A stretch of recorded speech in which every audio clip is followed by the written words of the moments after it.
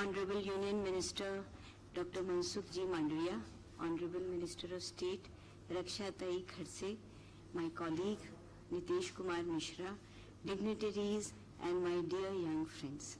It's a privilege and an honor to welcome all of you today to this signature event, the National Youth Parliament Festival, which is a forum for young people in the country to engage in meaningful discussions on issues of public policy.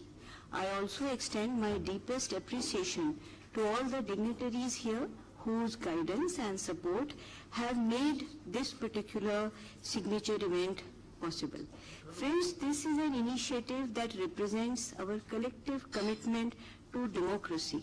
It's a forum where all of you young people throughout the country can contribute to public policy, and whatever you say does go into making of that policy.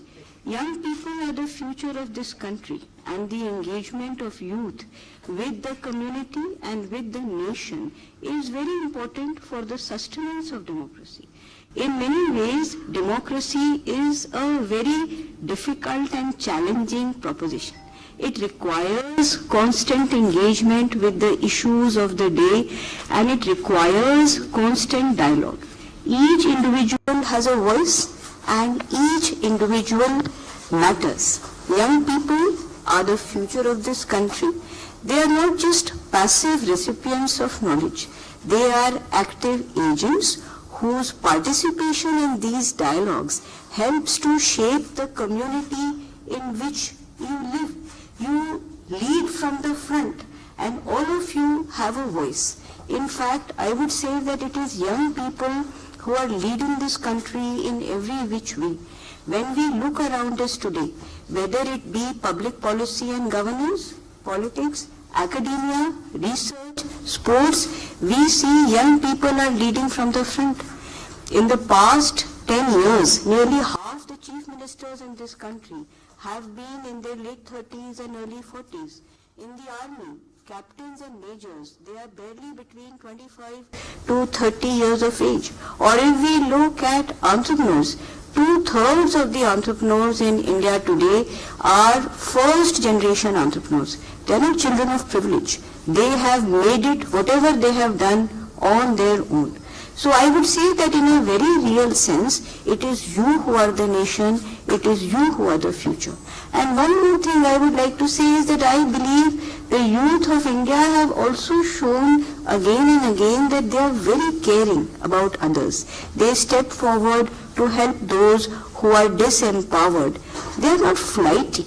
And when we look around us and we look at the year that has gone by, we will see that all of you young people have come forward again and again to participate in various social initiatives, whether it is the Padyatras, the debates on the Samvidhan, the Viksit Young Bharat Leaders Dialogue, or so many other things, and all of you have been very, very active on the My Bharat platform. So kudos to all of you, and I really hope that for you this particular journey is very, very constructive and also enjoyable, and that you make the most of this opportunity and that you enjoy your stay. So once again, a very warm welcome to the 6th edition of the Viksit Youth Bharat Youth Parliament 2025. Namaste and Jai Hind.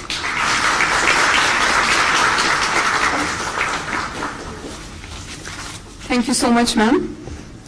अब मैं मंच पर आमंत्रित करना चाहूंगी Shrimati Raksha Khadse ma'am, honourable minister of state youth affairs and sports, कि वो इस सभाकाल में बैठे सभी युवाओं को संबोधित करें।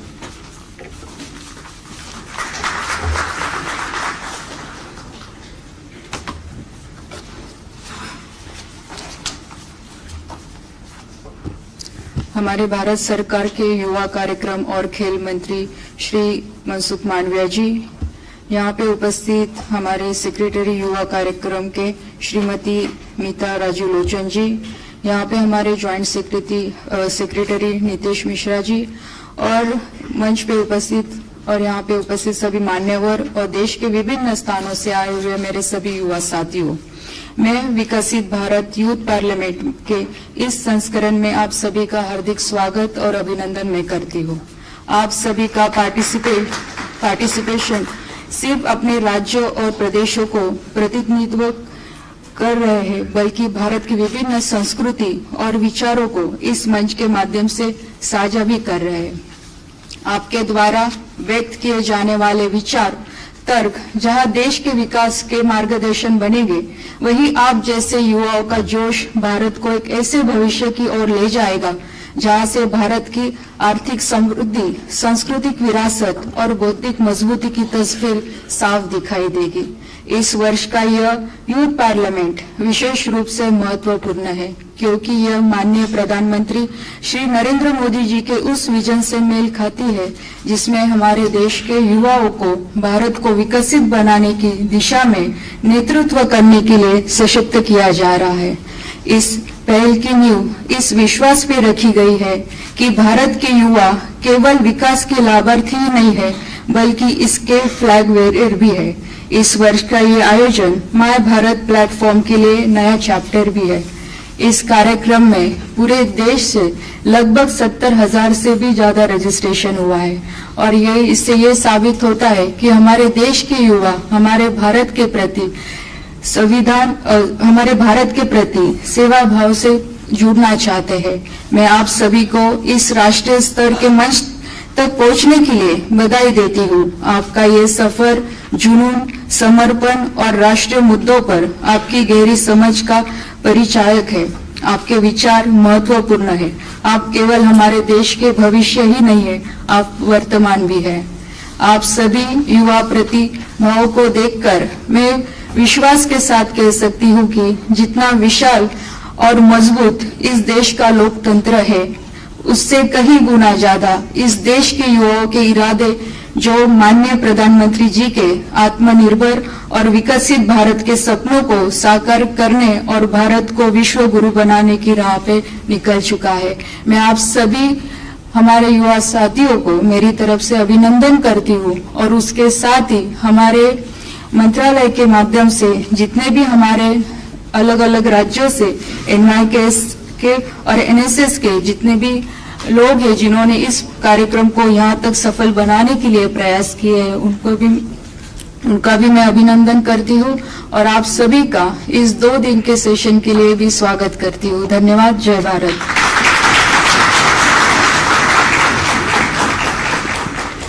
बहुत बहुत धन्यवाद माननीय मंत्री महोदय।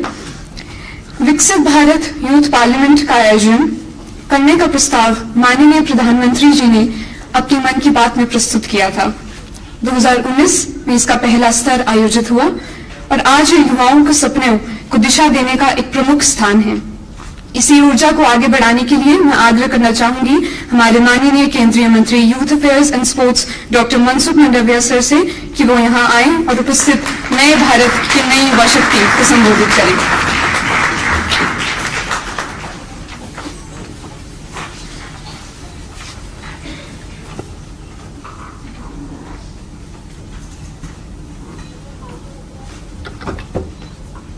विकसित भारत यूथ पार्लियामेंट में उद्घाटन सत्र में हमारे बीच में उपस्थित मेरे साथी मंत्री रक्षा जी, सेक्रेटरी मीता जी, जॉइंट सेक्रेटरी मितेश जी, समग्र देश से 300 डिस्ट्रिक्ट से चयन होकर आए हुए मेरे युवा लीडर साथी भाइयों एवं बहनों, दोस्तों, इस बार यूथ पार्लियामेंट का थीम विकसित भारत के साथ जुड़ी गई है। ये थीम के साथ 75,000 से अधिक हमारे युवाओं ने 1 मिनट की वीडियो क्लिपिंग से इस पार्लियामेंट में आने हेतु अपना प्रेजेंटेशन दिया। उसमें से डिस्ट्रिक्ट लेवल की कंपटीशन हुई, स्टेट लेवल की कंपटीशन भी हुई, आप सब लोगों ने उसमें भाग लिया होगा, और आखिरी पड़ाव में नेशनल लेवल पर आपको रिप्रेजेंटेशन देने की अपॉर्चुनिटी मिली। दोस्तों, आप युवा भाग्यशाली है जिस परिसर में आप बैठे हैं। ये सारा संकुल पार्लियामेंट संकुल बोला जाता है। यही परिसर में हमारे देश के नीति निर्धारक लोगों ने डिबेट करा था, डिस्कशन करा था, संवाद करा था और एक मति बना के देश को एक महान कॉन्स्टिट्यूशन दिया था। ये धरती है जिस धरती पर देश के महान लोगों ने सालों तक मेंबर ऑफ पार्लियामेंट के रूप में, देश के प्रधानमंत्री के रूप में, देश के मंत्रिमंडल के सदस्य के रूप में देश को आज जिस कगार पर पहुंचा है वहां पहुंचाने में अपना बहुमूल्य योगदान दिया है। दोस्तों, युवा एक कोई भी देश का भविष्य होता है। आचार्य चाणक्य ने बहुत अच्छी बात कही थी, देश का भविष्य टीचर के गोद में पलता है। जैसा बच्चे को प्रशिक्षित करा जाता है वैसा ही नागरिक बनता है। हमारे देश के महान विचारक स्वामी विवेकानंद जी ने कहा था कि कोई भी देश को आगे बढ़ना है तो देश के युवाओं को सही दिशा और सम्मान देना होगा। दोस्तों, आप युवा है, आप देश का भविष्य है। देश के प्रधानमंत्री मोदी जी ने विकसित भारत की संकल्पना तो करी, लेकिन विकसित भारत की संकल्पना को चरितार्थ करने के लिए रोड मैप भी दिया है। आपको आपके स्टेट से दिल्ली आना होगा तो कहां से आना है? बाय एयर आना है, बाय रेल आना है, बाय रोड आना है। जहां से आओगे वहां से कोई न कोई रास्ता होता है, एयरवेज होता है, ट्रेन वेज होता है, रोड वेज होता है। ये रास्ते पे चल के आप दिल्ली आ पाओगे। ये रास्ता सही होगा तो आप दिल्ली पहुंचेंगे, ये रास्ता गलत होगा तो कोई अलग स्थान पर पहुंच जाएंगे। इसलिए पहले आपको लक्ष्य तय करना होता है, मुझे पहुंचना कहां है। मोदी जी ने लक्ष्य तय करा कि देश की आजादी के 75 साल के बाद हमें लक्ष्य तय करना होगा कि देश को विकसित भारत बनाना है। विकसित भारत बनाने के लिए रोड मैप क्या होगा? तो 15 अगस्त 2022 जब देश आजादी का स्वर्ण जयंती महोत्सव वर्ष मना रहा था, उस वक्त मोदी जी ने रेड फोर्ट से कहा कि हमें देश को विकसित भारत बनाना है और 25 साल का समय उसको अमृतकाल माना जाएगा। और जब देश आजादी का शताब्दी वर्ष मनाता हो, तब आजादी का 100 वर्ष पूर्ण हुआ हो, तब हमें डेवलप्ड कंट्री बन के रहना है। लेकिन एक डेवलप्ड कंट्री बनने के लिए हमारा पाथवे क्या होगा? तो उन्होंने प्रश्नार्थ नहीं छोड़ा, लेकिन मोदी जी ने क्लैरिफिकेशन दिया। मोदी जी ने कहा कि हमें विकसित भारत बनाना है तो हमारा रास्ता होगा, देश के लोग संकल्प करेंगे पहले कि हमें विकसित भारत बनना है। संकल्पबद्ध हो गए, 5 प्रण के द्वारा विकसित भारत का रोडमैप बताते हुए, पहला प्रण दिलवाते हुए देश के 140 करोड़ की जनता को आह्वान करा कि हमें संकल्पबद्ध होना है, हमें विकसित भारत बनना है। दूसरा प्रण दिलवाते हुए मोदी जी ने कहा कि हमें विकसित भारत बनना है, और विकसित भारत बनने के लिए ये देश 2000 साल तक परतंत्र रहा है। कभी हमारे पर हुओं ने शासन करा, कभी हमारे पर शकों ने शासन करा, 1000 साल तक इस देश पर आक्रांताओं ने शासन करा, 240 साल तक इस देश पर अंग्रेजों ने शासन करा। 240 साल तक अंग्रेजों के शासन के दरमियान 1857 में मंगल पांडे ने पहली शहीदी दी और अंग्रेजों के सामने स्वतंत्र संग्राम की शुरुआत हुई। 90 साल तक देश की आजादी की लड़त चली। 6 लाख युवाओं ने अपना प्राण का बलिदान दिया, तब जाके हिंदुस्तान आजाद हुआ।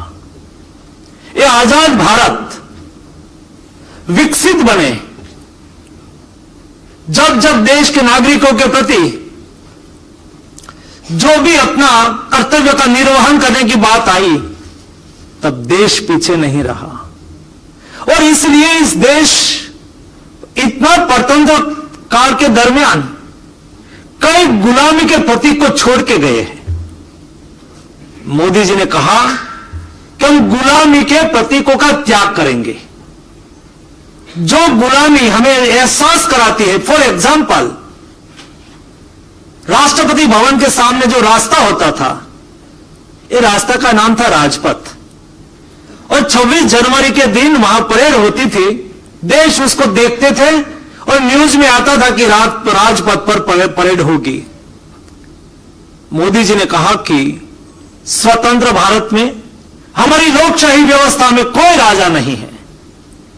हमारे राष्ट्रपति जी राष्ट्रपति भवन में रहते हैं, लेकिन वहां बैठ के वो अपना कर्तव्य का निर्वहन कर रहे हैं। इसलिए रास्ता का नाम राजपथ नहीं, कर्तव्य पथ रखा गया। आप लोगों को उसको देखना। ये देश जिस पार्लियामेंट में बैठता था, वो अंग्रेज सरकार ने बनाई हुई पार्लियामेंट थी।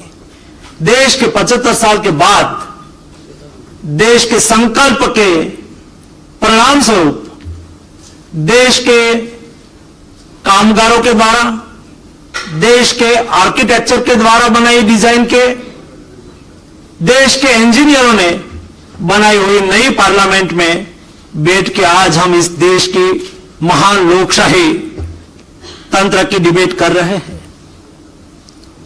दोस्तों, आप यहां इंडिया गेट देखेंगे। इंडिया गेट के बगल में जॉर्ज पंचम का स्टैच्यू हुआ करता था।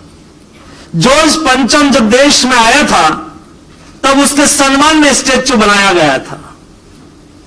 आज आप वहां जाके देखें, सुभाष चंद्र बोस का स्टैच्यू लगा हुआ है। हम पार्लियामेंट में बैठते थे, और जिस कानून से देश गवर्नेंस होता है, ऐसे 1200 कानून था जो अंग्रेज सरकार ने बनाया था, वो ही चलता आया था।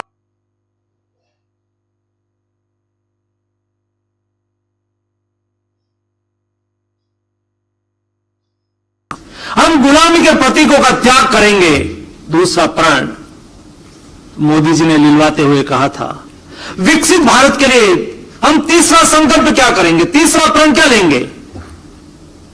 मोदी जी ने कहा कि देश के 140 करोड़ की जनता कदम से कदम मिला के आगे बढ़ेंगे, एक साथ में आगे बढ़ेंगे। जब एक व्यक्ति सोचता है और एक स्टेप आगे बढ़ता है, तो व्यक्ति एक स्टेप आगे बढ़ जाता है।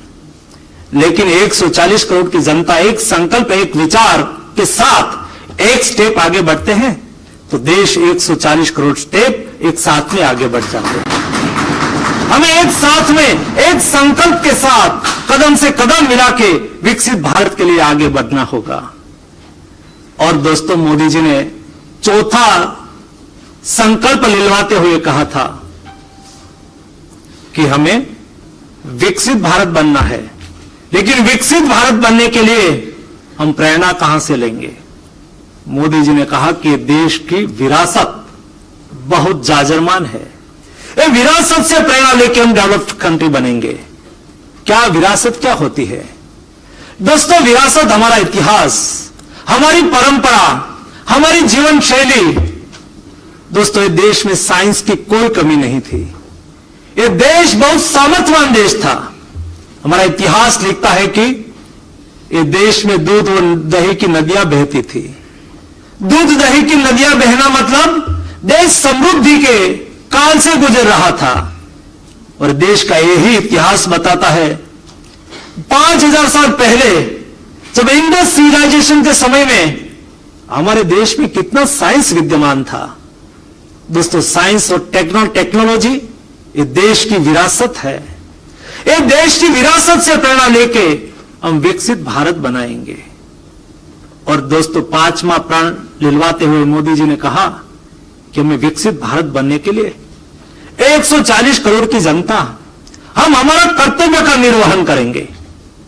देश के प्रति हमारा कर्तव्य होता है, हमारी मांगे पूरी करो, हमारा हक है। ऐसा तो हम सब लोगों ने बहुत बार सुना है, लेकिन जब हम हक मांगते हैं, हमारा अधिकार मांगते हैं, तब हमारा कर्तव्य भी है, हमारा दायित्व भी है। देश के हर नागरिक जो भी जहां भी हो, जरूरी नहीं है कि देश के लिए कुछ करने के लिए आपको मंत्री ही होना होगा। जी नहीं, हर व्यक्ति, हर नागरिक देश के प्रति अपना कर्तव्य का निर्वहन कर सकते हैं। जब जब समय के अनुसार जो जो आवश्यकता हो, एक समय था जब देश बलिदान मांग रहा था, तब यही देश के 6 लाख युवाओं ने अपना प्राण का बलिदान देके देश की आजादी की लड़त लड़ी थी। अभी देश विकसित भारत के रास्ते पे चल पड़ा है, डेवलप्ड कंट्री बनने की दिशा में आगे बढ़ रहा है।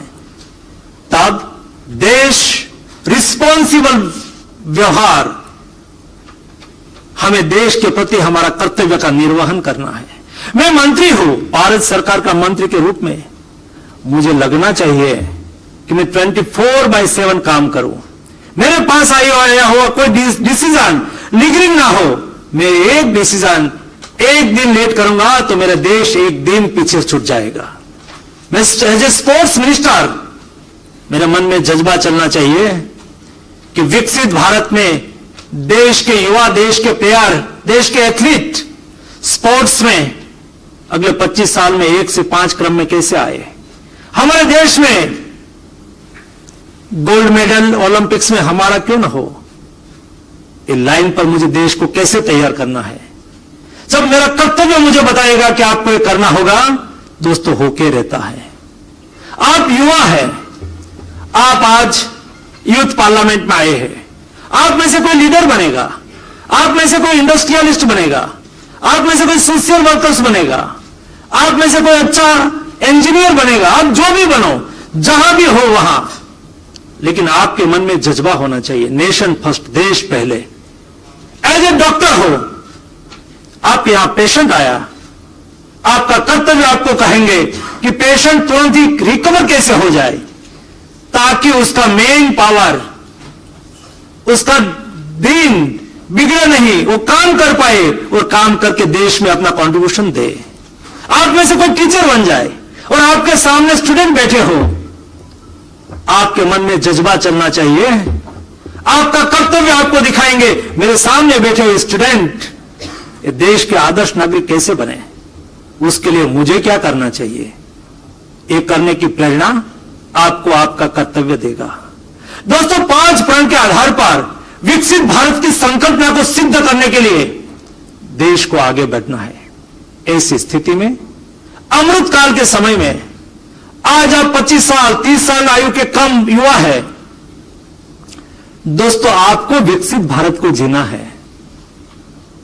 आप जब देश आजादी की शताब्दी वर्ष मनाता होंगे, तब आप देश के जिम्मेवार नागरिक के रूप में वो देख पाओगे दोस्तों। और ये विकसित भारत जीने के लिए ये यूथ पार्लियामेंट आपको एक उत्तम लीडर बनने का अवसर देता है। आपने पार्लियामेंट केवल टेलीविजन पर देखी है, लेकिन सचमुच में हमारी डेमोक्रेसी बहुत महान है। हमारी डेमोक्रेसी में वाद विवाद की जगह नहीं है दोस्तों, संवाद होता है। हमें डिबेट को जीतना नहीं है, हमें सामने वाले का दिल को जीतना है।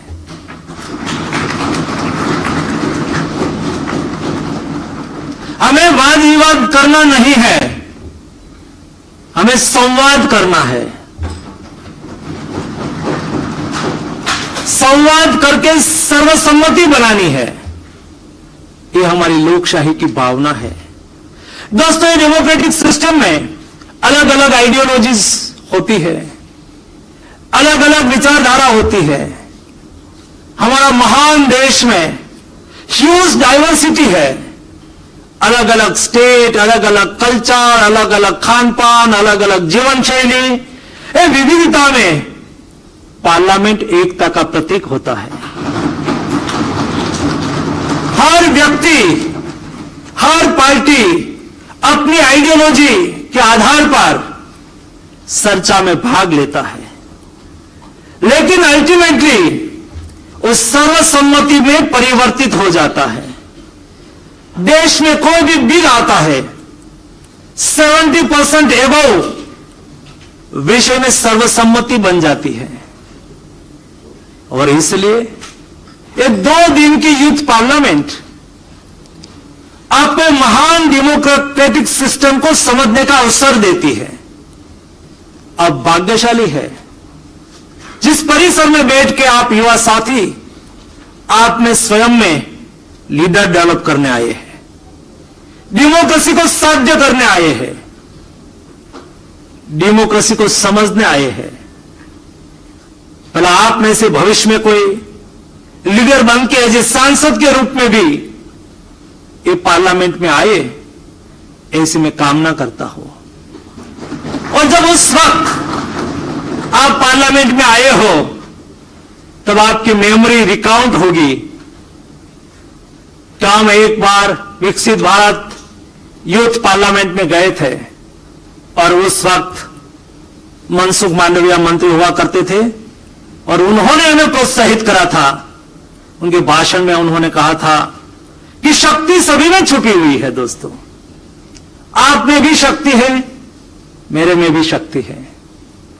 दोस्तों, हमारी डेमोक्रेसी हमें सर्व समानता का अधिकार देती है। मुझे भी पार्लियामेंट में आने का अवसर मिलता है, आपको भी पार्लियामेंट में आने का अवसर मिलता है। जरूरी नहीं है कि कोई लीडर के बेटे ही लीडर बने, जरूरी नहीं है कि कोई पेशादार व्यक्ति के बेटे ही पार्लियामेंट में आ पाए। जी नहीं, मोदी जी हमारी डेमोक्रेसी की महानता की वजह से एक वडनगर के रेलवे स्टेशन पर पिताजी को चाय बेचने में मदद करने वाला एक युवा देश का प्रधानमंत्री बन सकता है।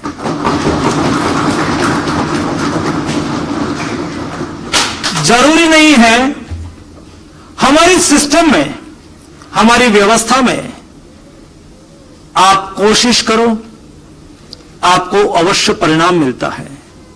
और दोस्तों, हम तो इस देश के इस विरासत के वाहक हैं। हमें विरासत में महाभारत, रामायण और गीता जैसे महान ग्रंथ मिले हैं, महान शास्त्र मिले हैं। मुझे भली बात याद है, मैं छोटा था, 5वीं कक्षा में पढ़ता था और गांव में समर में राम कथा, महाभारत कथा 7 दिन 9 दिन की कथा होती है। एक कथा में लंच के टाइम सभी को प्रसाद होता है। हम स्कूल में पढ़ते थे और स्कूल में जाते थे तो डिश साथ में लेके जाते थे और 12 बजे जब स्कूल पूरी होती थी तो डिश लेके तुरंत ही कथा में पहुंचते थे। कथा सुनने के लिए नहीं, प्रसाद मिलता था। इसलिए ये प्रसाद के लिए हम कथा में जाते थे। एक बार मैं जल्दी पहुंच गया, हम सब बच्चे लोग जल्दी पहुंचे, कथा चल रही थी। कथाकार उस वक्त कर्म का सिद्धांत समझा रहा था। वो कर्मण्येवाधिकारस्तेषु महाफलेषु कदाचनम का विवरण कर रहे थे। दोस्तों मेरे बाल मानस में मैं सारी गीता को कितना पचा पाया मुझे पता नहीं है, लेकिन मुझे इतना अवश्य पता है कि बाल मानस में एक कथाकार जो बोल रहा था, आप निष्काम कर्म करो, कठोर कर्म करो, बिना फल की अपेक्षा से मेहनत करते रहो, आप सफल हो ही जाएंगे। दोस्तों उसमें से निकला हुआ हूं मैं बंदा। और एक प्राइमरी स्कूल में, सरकारी प्राइमरी स्कूल में पढ़ने वाले बच्चे के मन में, मस्तिष्क में कठोर परिश्रम का कोई विकल्प नहीं है। सेंटेंस आज भी जब मैं एक स्टेप आगे बढ़ता हूं और एक स्टेप आगे बढ़ना है, दोनों समय में मुझे प्रेरणा देता है। मुझे कोई फल की अपेक्षा रखनी नहीं है, मुझे कठोर परिश्रम करना है।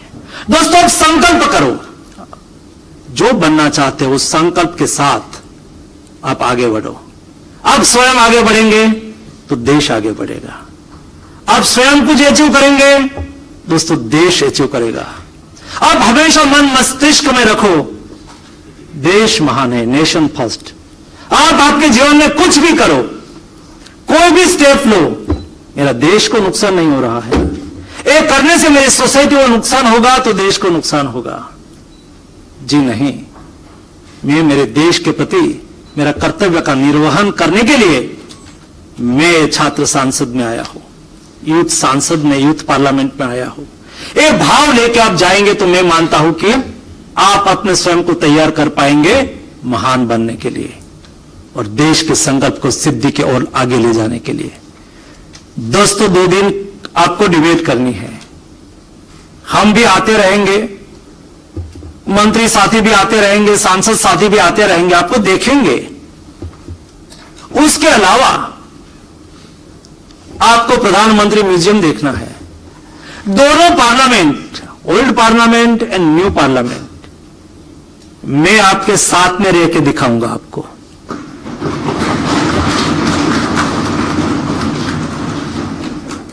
आपको कर्तव्य पथ देखना है, आपको महात्मा गांधी की स्मृति को देखना है, गांधी स्मृति जाना है। आपको इंडिया गेट के बगल में जाके सुभाष चंद्र बोस के स्टैच्यू को भी वंदन करना है और बगल में वॉर मेमोरियल को भी देखना है।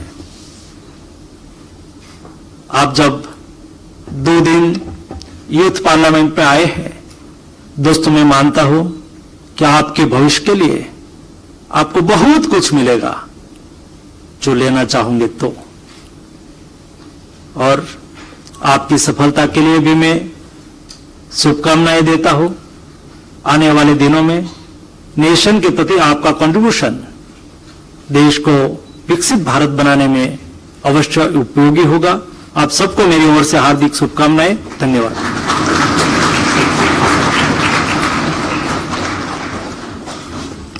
बहुत बहुत धन्यवाद डॉक्टर मनसुख मांडविया जी। अब आभार व्यक्त करने के लिए मैं Shri Nitesh Mishra sir, joint secretary ministry of youth affairs को आमंत्रित करना चाहूंगी।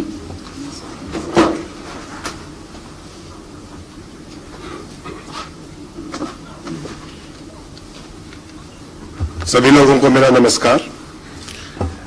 माननीय मंत्री भारत सरकार युवा कार्यक्रम तथा खेल और श्रम तथा रोजगार श्री मनसुख मांडविया जी, माननीय राज्य मंत्री भारत सरकार युवा कार्यक्रम तथा खेल श्रीमती रक्षा निखिल खड़से जी, भारत सरकार के सचिव आदरणीय सुश्री मीता राजीव लोचन जी, हमारे बीच उपस्थित डीजी एनसीसी, देश के कोने कोने से चुनकर आए हमारे डेलीगेट्स, आज के उद्घाटन समारोह में सम्मिलित होने के लिए मैं आप सबको धन्यवाद ज्ञापन करना चाहूंगा।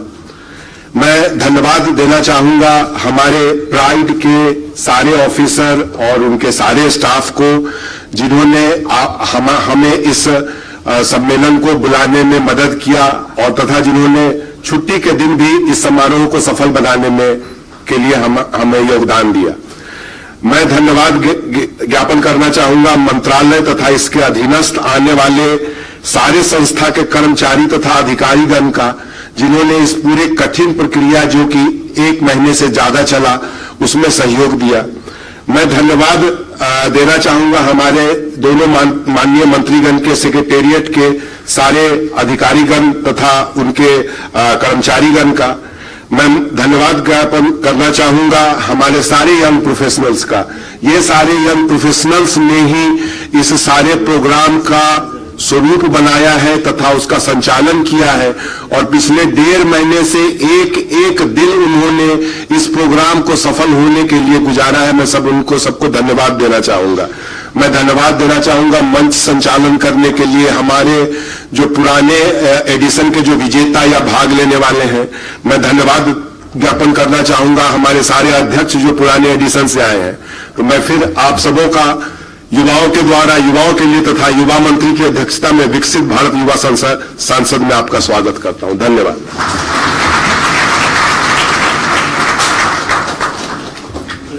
Thank you so much, sir. Now I request the dignitaries to please head to the judges' lounge for tea, and after a few minutes, once they return, we'll begin with our proceedings of the House. Thank you so much.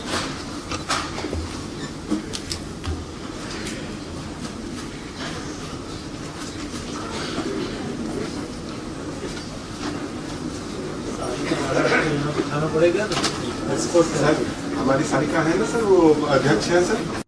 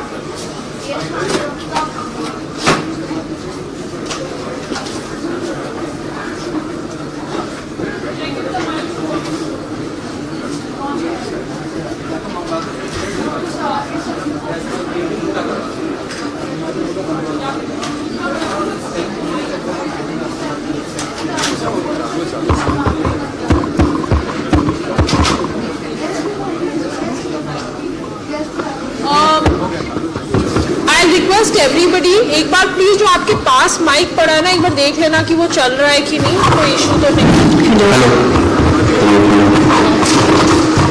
Hello hello hello The red lights on, it's good. Hello